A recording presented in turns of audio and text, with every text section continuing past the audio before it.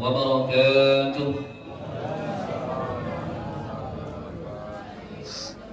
الله أكبر الله أكبر الله أكبر الله أكبر الله أكبر الله أكبر الله أكبر الله أكبر الله أكبر كبيرا والحمد لله كثيرا وسبحان الله بكرة وأصيلا. الحمد لله الذي بسط لنا بساط الأنس والمحبة وقبل عامل حجة بيته فعاملهم معاملة الأحبة. أحمده جل من يحمد ويشكر، وأشهد أن لا إله إلا الله أذل من جحد وكفر، وأشهد أن سيدنا ومولانا محمدا رسول الله خير من حج واعتمر. اللهم صل وسلم على سيدنا محمد وعلى آله وصحبه ما هلل مسلم وكبر. أما بعد، فيا عباد الله اتقوا الله حق تقاته ولا تموتن إلا وأنتم مسلمون. واعلموا أن يومكم هذا يوم جليل المقدار وعيد جميل الشعار، فتقربوا إلى ربكم الجليل بالأضحية، فإنها سنة أبيكم إبراهيم الخليل، واتبعوا نبيكم في فعله من إراقة الدم في مثل هذا اليوم العظيم. Hadirin yang dimuliakan Allah Subhanahu wa taala. Ini adalah hari raya, hari kita bersyukur kehadirat Allah Subhanahu wa taala. Karena kita telah dijadikan oleh Allah Subhanahu wa taala sebagai orang yang beriman dan sebagai umat yang mulia. Nabi Abu Muhammad sallallahu alaihi wasallam berkenaan dengan Aidul Adha ini, Allah Subhanahu wa taala berfirman kepada nabinya, "Inna a'tainakal kautsar fasalli li rabbika wanhar inna syani'aka huwal abtar." Yang mafhumnya, sesungguhnya kami telah memberikan kepada engkau wahai Muhammad nikmat yang begitu banyak. Fasalli li rabbika, maka dengan nikmat itulah kamu tunaikan salat, dirikan salat untuk Tuhanmu. Kemudian wanhar, sembelihlah hewan kurban. Para hadirin yang dimuliakan Allah Subhanahu wa taala, maka Aidul Adha, menyembelih hewan kurban untuk Rasulullah sallallahu alaihi wasallam adalah beliau bersyukur atas nikmat yang begitu banyak yang Allah Subhanahu wa taala berikan kepada beliau. Atas nikmat-nikmat, derajat-derajat yang tinggi yang Allah berikan kepada beliau. Sehingga hari raya Aidul Adha adalah hari syukuran bagi Rasulullah sallallahu alaihi wasallam. Maka kita juga sebagai umatnya, kita sebagai pengikutnya, juga pada hari raya ini, Aidul Adha ini, kita jadikan sebagai syukuran atas nikmat-nikmat yang Allah berikan kepada kita. Dan nikmat yang terbesar yang Allah berikan kepada kita, yaitu kita dijadikan juga oleh Allah Subhanahu wa taala sebagai umatnya Rasulullah sallallahu alaihi wasallam. Rasulullah sallallahu alaihi wasallam adalah nabi yang teragung, nabi yang termulia, yang begitu banyak keistimewaannya. Bahkan keistimewaan nabi-nabi terdahulu juga telah dimiliki oleh baginda Rasulullah sallallahu alaihi wasallam. Bahkan Rasulullah sallallahu alaihi wasallam mempunyai keistimewaan yang tidak dimiliki daripada nabi-nabi terdahulu. Di antara keistimewaan itu, yaitu Allah Subhanahu wa taala telah memberikan satu keistimewaan yang belum pernah diberikan kepada siapapun sebelumnya, dan tidak akan diberikan kepada siapapun setelah beliau sampai nanti di akhirat, yaitu berjumpa dengan Allah Subhanahu wa taala ketika Isra wal Mi'raj, langsung bercakap-cakap dengan Allah Subhanahu wa taala padahal beliau masih di dunia ini. Maka keistimewaan seperti ini tidak pernah diberikan kepada hamba-hambanya kecuali hanya Rasulullah sallallahu alaihi wasallam.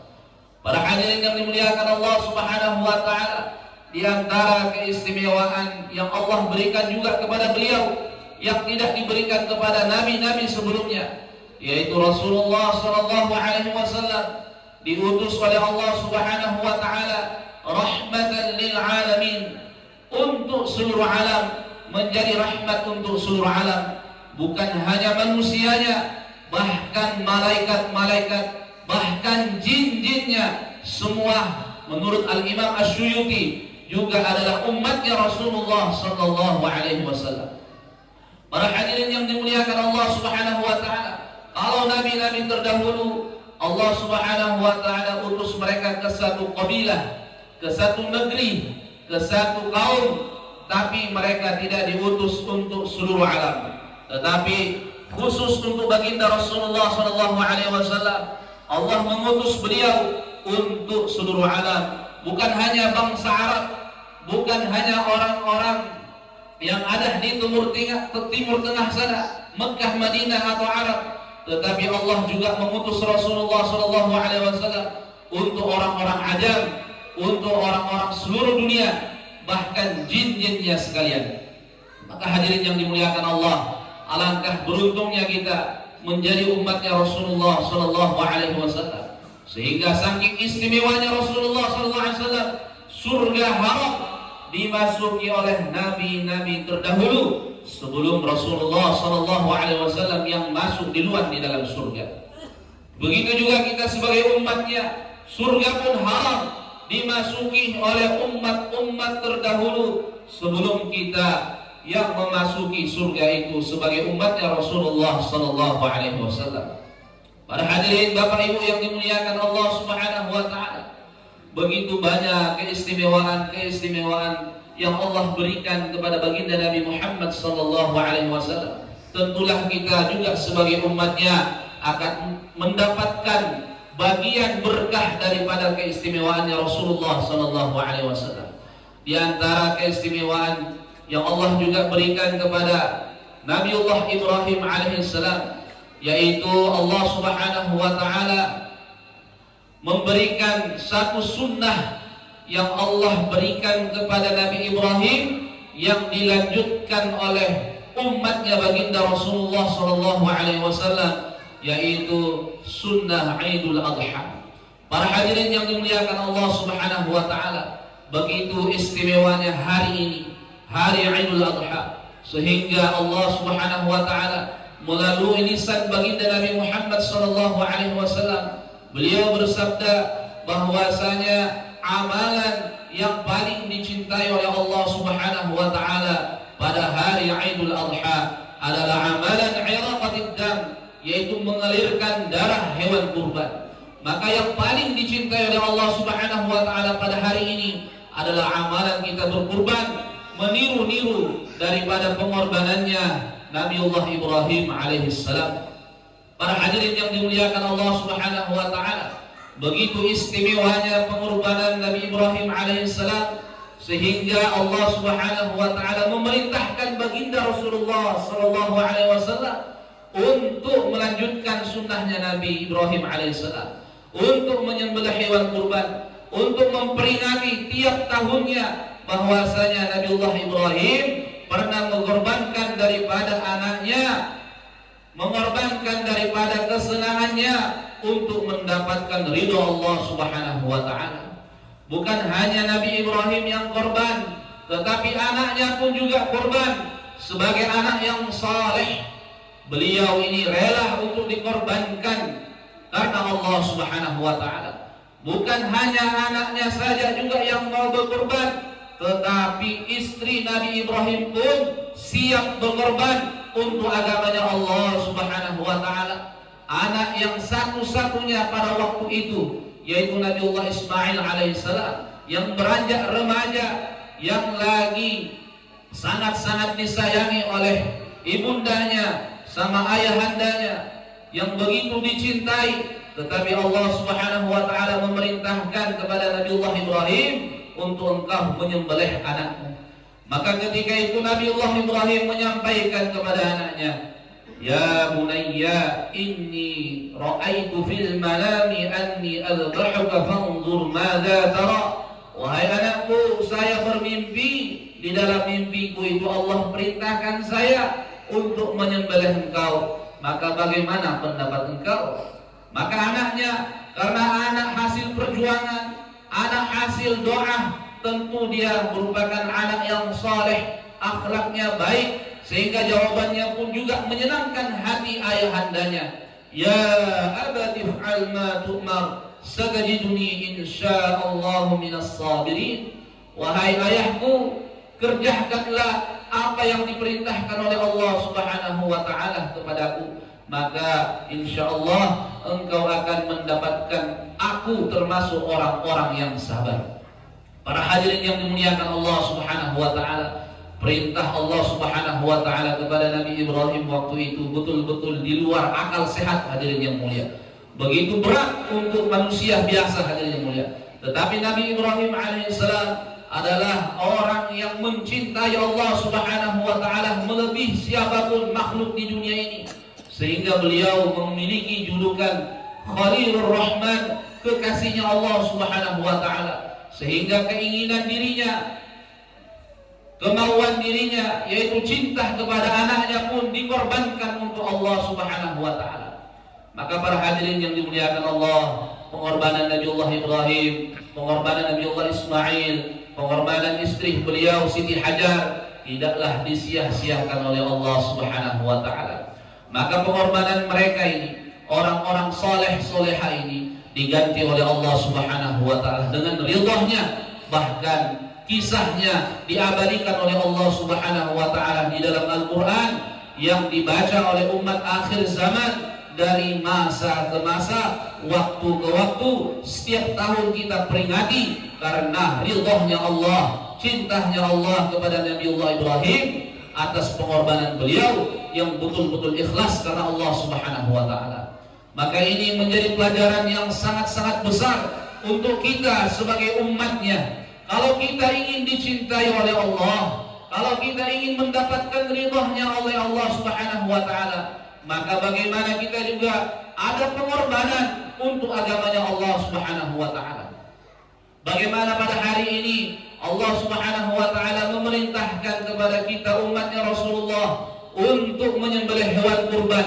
Untuk apa itu? Untuk kita tasyabbuh, meniru-niru daripada pengorbanan Nabiullah Ibrahim alaihissalam, sehingga Allah Subhanahu wa taala juga memberikan cintanya kepada kita, juga memberikan ridhanya kepada kita sebagaimana dulu Nabiullah Ibrahim.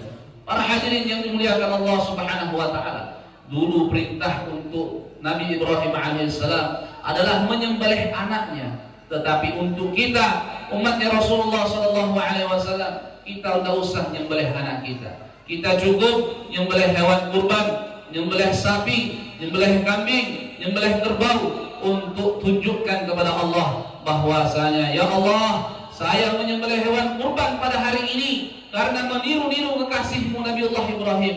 Maka kecintaanmu kepada Nabiullah Ibrahim engkau juga berikan kepada kami sebagai umatnya baginda Rasulullah sallallahu alaihi wasallam. Para hadirin yang dimuliakan Allah Subhanahu wa taala, kita juga diperintahkan oleh Allah Subhanahu wa taala untuk meniru-niru daripada keluarga Nabiullah Ibrahim alaihissalam. Sehingga di dalam tahiyat akhir kita selalu membaca selawat Ibrahimiyah. Allahumma salli ala Sayyidina Muhammad wa ala ali Sayyidina Muhammad kama sallaita ala Sayyidina Ibrahim wa ala ali Sayyidina Ibrahim. Kenapa kita diperintahkan membaca selawat Ibrahimiyah di setiap sholat kita? Supaya kita tahu bahwasanya keluarga Nabi Ibrahim itu adalah keluarga yang istimewa, yang harus kita contoh daripada kehidupan mereka. Bukan hanya Nabi Ibrahimnya yang saleh, bukan hanya istrinya yang solehah, tetapi anaknya pun juga menjadi anak yang saleh. Sehingga hadirin yang dimuliakan Allah Subhanahu wa taala, asbab daripada pengorbanan Nabiullah Ibrahim, Allah Subhanahu wa taala juga memberikan julukan kepada Nabiullah Ibrahim Abul Anbiya, bapaknya para nabi. Sehingga hadirin mulia, Nabi Ibrahim ini punya anak menjadi nabi, kemudian punya cucu-cucunya juga menjadi nabi, bahkan sampai kepada Nabi Isa alaihissalam dari jalur Ishak, itu semua menjadi nabi. Dan juga sampai kepada Nabiullah, nabi yang terakhir yaitu Nabi Muhammad SAW, itu pun juga masih cucunya Nabiullah Ibrahim alaihissalam. Inilah asbab pengorbanan dalam agama. Asbab kita ini mau menunaikan perintah-perintah Allah, maka bukan hanya orang tuanya yang soleh, bukan hanya anaknya yang soleh, bahkan seluruh keturunan-keturunannya pun Allah Subhanahu wa taala akan jaga, akan menjadikan mereka orang-orang soleh semua. Maka hadirin yang dimuliakan Allah Subhanahu wa taala, Bapak Ibu yang mengharap ridha Allah, kalau kita ingin mendapatkan kemuliaan sebagaimana kemuliaan yang didapatkan oleh Nabiullah Ibrahim, anaknya menjadi anak yang soleh solehah, cucu-cucunya keturunannya menjadi soleh solehah, maka kita ikuti daripada kehidupan Nabiullah Ibrahim. Kita tunaikan perintah-perintah Allah Subhanahu wa taala. Kita jauhi larangan-larangan Allah Subhanahu wa taala.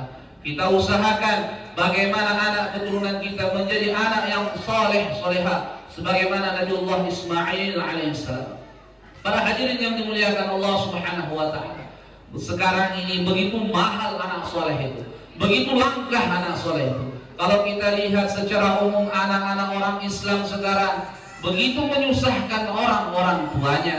Bukan salah anak itu hadirin mulia, salah kita sebagai orang tua kurang mendoakan anak-anak kita, kurang korban di dalam agamanya Allah Subhanahu wa taala, sehingga anak kita tidaklah seperti anaknya Nabi Ibrahim, sebagaimana Nabi Ismail alaihissalam ketika disuruh berkorban jiwa raganya untuk agama, beliau menjawab, satajiduni insyaallah minas sabirin, insyaallah wahai ayahku engkau dapati aku termasuk orang-orang yang sabar. Sekarang kalau kita lihat anak-anak kita hadirin, kita menyuruh mereka untuk melakukan satu kebaikan-kebaikan. Ayo kita sholat berjamaah di masjid, ayo kita puasa sunnah. Mungkin anak-anak kita kebanyakan menolak hadirin, kebanyakan lari daripada amal agama. Maka ini semua salah kita sebagai orang tua, kurang bersyukur atas nikmat Allah Subhanahu wa taala.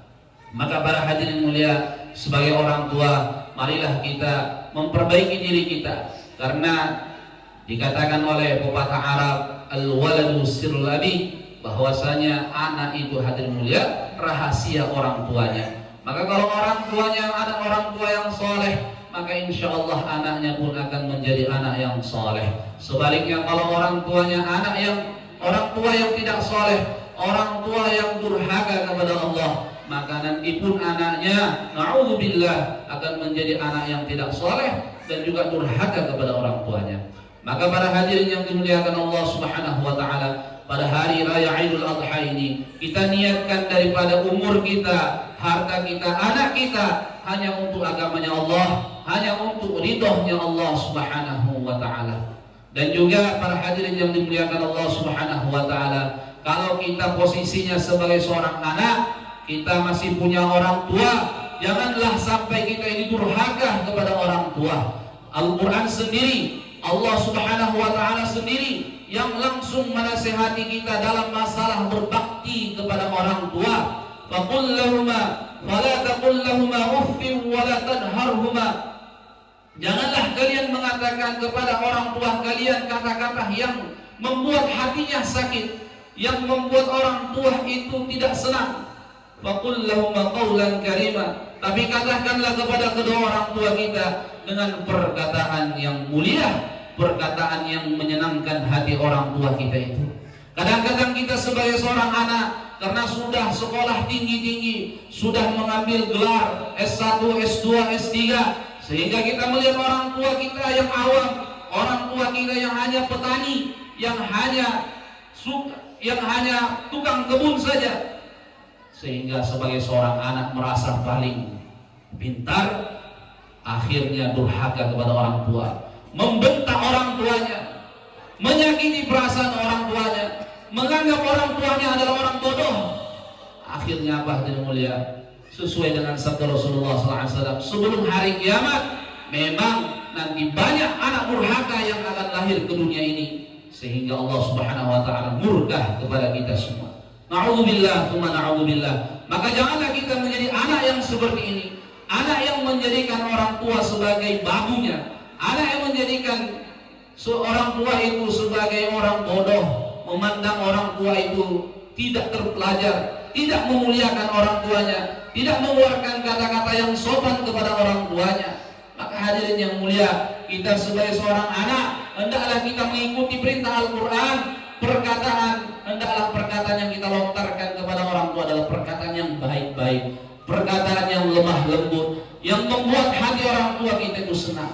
Kalau hati orang tua kita senang, hadirin mulia, dia ridha kepada kita, bapak ibu kita senang kepada kita, ridha kepada kita, maka insya Allah Allah pun akan ridha kepada kita, Allah akan cinta kepada kita, sehingga kehidupan kita hadirin mulia, urusan dunia kita insya Allah akan dimudahkan oleh Allah Subhanahu wa ta'ala.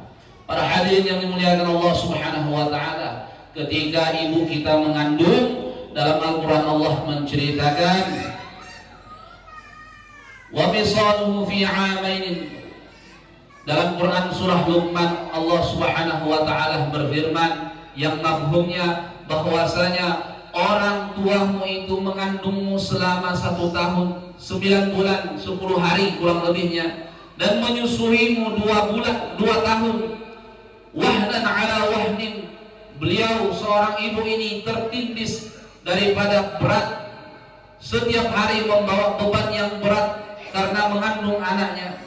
Maka pengorbanan seorang ibu ini luar biasa kepada anaknya.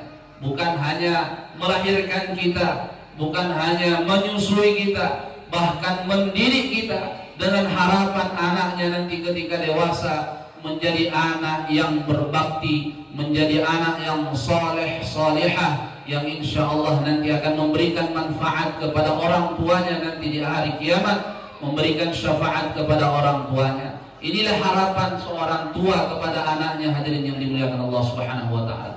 Maka kita sebagai seorang anak hendaklah kita introspeksi diri kita, jangan sampai ada benih-benih kedurhakaan dalam hati kita, sehingga anak durhaka itu hadirin mulia sebelum di akhirat, di dunia ini pun sudah mendapatkan siksa dari Allah Subhanahu wa ta'ala, disengsarakan kehidupannya di dunia ini, disempitkan kehidupannya di dunia ini. Maka kalau kita ingin menjadi anak yang diridhai Allah Subhanahu wa ta'ala, kehidupan kita menjadi kehidupan yang longgar, dunia kita menjadi luas, rezeki kita lancar, maka hendaklah kita muliakan kedua orang tua kita, hendaklah kita senangkan hati kedua orang tua kita, sehingga Rasulullah SAW beliau bersabda dalam sebuah hadis bahwasanya celaka seorang anak yang menjumpai kedua orang tuanya atau salah satu keduanya yang telah tua, tetapi dia tidak bisa berbakti kepada kedua orang tuanya itu, sehingga dia tidak mendapatkan surga. Para hadirin yang dimuliakan Allah Subhanahu wa ta'ala, mafhumnya bagaimana? Orang tua ini adalah salah satu pintu surga yang tercepat. Maka kalau kita ingin mendapatkan surganya Allah, maka muliakan orang tua kita, kita agungkan orang tua kita, jangan kita sakiti hati mereka. Bagaimana kita senangkan hati mereka, kita tunaikan hajat-hajat mereka, sehingga hadirin mulia, Allah Subhanahu wa ta'ala juga akan menunaikan hajat-hajat kita dan memudahkan seluruh urusan-urusan kita. Maka hari Idul Adha ini adalah hari yang sangat istimewa, adalah momentum yang terbaik bagi kita untuk kita sama-sama memperbaiki diri kita sebagai seorang anak kepada orang tua, sehingga hadirin mulia, kita insya Allah mendapatkan ridha Allah Subhanahu wa ta'ala dunia ini yang sementara, terlebih lagi nanti di akhirat yang selama-lamanya. Ja'alallahu wa iyyakum minal faizin al-aminin wa adkhalana wa iyyakum fi zumratil muttaqin al-mu'minin al-muqinin al-mukhlisin. A'udzu billahi minasy syaithanir rajim. Bismillahirrahmanirrahim. Inna a'tainakal kautsar fashalli li rabbika wanhar inna syani'aka huwal abtar. wa qul rabbil ighfir warham wa anta khairur rahimin.